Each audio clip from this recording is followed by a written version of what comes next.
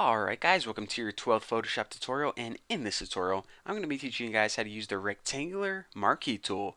Pretty freaking sweet. Now we're going to be working with the image of the puppy that I got today actually, my new best friend in the whole world, old Dan. How freaking cute is he? 8 weeks old, and actually I'm going to be talking a little bit kind of quiet during this tutorial because old Dan is sleeping right behind me, like 3 feet literally, and I really don't want to wake him up because this is the first time he's been sleeping all day. But anyways, I'm going to be a little quiet and try to do this tutorial.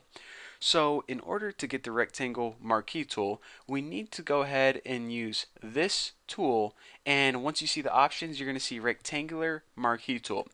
Now this is one of the tools that allows you to make a selection or select a portion of your image. Now why the heck would you want to select a portion of your image? Well, let's say that we wanted to cut the bottom half of this image out, so instead of his feet, it would say maybe we want to add some text in there. Or maybe we just want to cut out this rope and put in, I don't know, like a hot dog so it looks like he's eating a hot dog.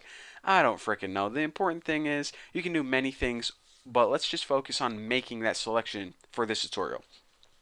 So once you have your tool selected, in order to make a normal selection, just go ahead and drag with your cursor, and once you release, you can see that the selection is made, and it's going to have these little, I call them marching ants, around a little dotted line.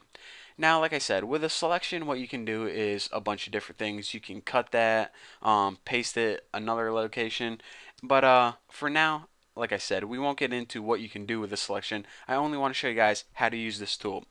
Now you may be thinking, okay, that tool is easy enough to use. However, there are a bunch of sub options that you can, or options, sub options, options, tomato, tomato, that you can use with this tool.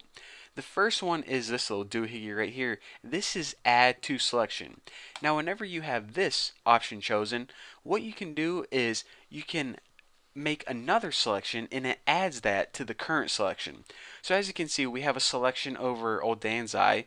If we want to get his nose in this as well, make a new selection, and as you can see, whenever I release that, we now have one huge entire selection, his eye and his nose. And you can do this as many times as you want. If you want to get his other eye in there too, select that. Check it out. One freaking huge selection.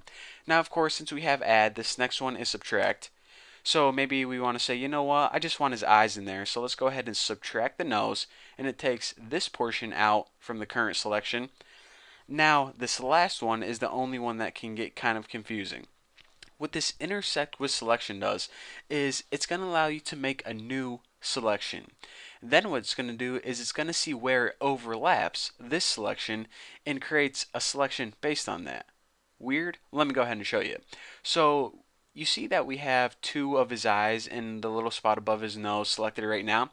Well, I'm going to go ahead and make a new selection that selects all of this area. Now take a note that the only place that these two selections overlap is his eye, his right eye. So I'm going to go ahead and release and check it out. Wherever the two selections overlapped is where I'm going to get that current selection. That boom, boom. Oh, sorry. That's why it's called intersect selection tool, basically where they overlap.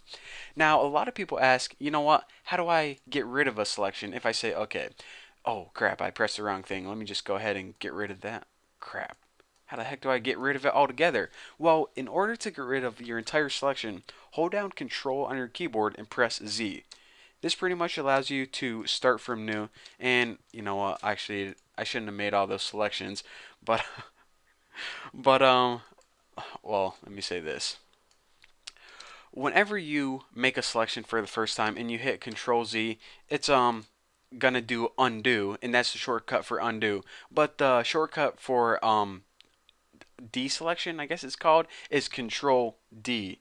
So let me go ahead and demonstrate that one more time. Control Z is undo, and that may do it if it's your first selection, but Control D is deselection. So I guess I probably should have said that first and foremost. But now, hey, you guys know the shortcut for undo as well.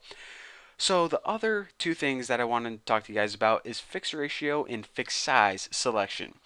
So with this selection tool, right now we are in normal. That means we can make rectangle selections, this shape, perfect square if we want. Now, aside from just making, a free total freedom over your selection, you can give it a certain rules to follow. So for style, if we put fixed ratio, of course, 1 to 1, a 1 to 1 rectangle is a square. So if you do that, you can't make anything but a square. Go ahead and try. I dare you to. Now, if you do fixed size, what it's going to do is it's going to allow you to input a certain pixel amount. Now, 64 is kind of a small square. So what you can do is, obviously, since you have a fixed size, you don't need to drag because it already knows how big it's going to be. All you need to do is, with this selected, hover over a portion of your image and click. Now, obviously, as you can see, what it does is it makes that selection and it uses your cursor as the upper left hand side or left hand point of that rectangle. So one more time, just go ahead and click, and as you can see, it makes a selection on the image that's 64 by 64, and it uses your cursor as the upper left hand side. Now, that is basically how you make a selection using the rectangular marquee tool. I know Oh, what the heck just flew into my throat? That was disgusting. But yeah, there's not much to it once you know all the different tools. Probably 90% of the time, you're just going to go with normal and normal, or whatever this one's called. New selection, normal.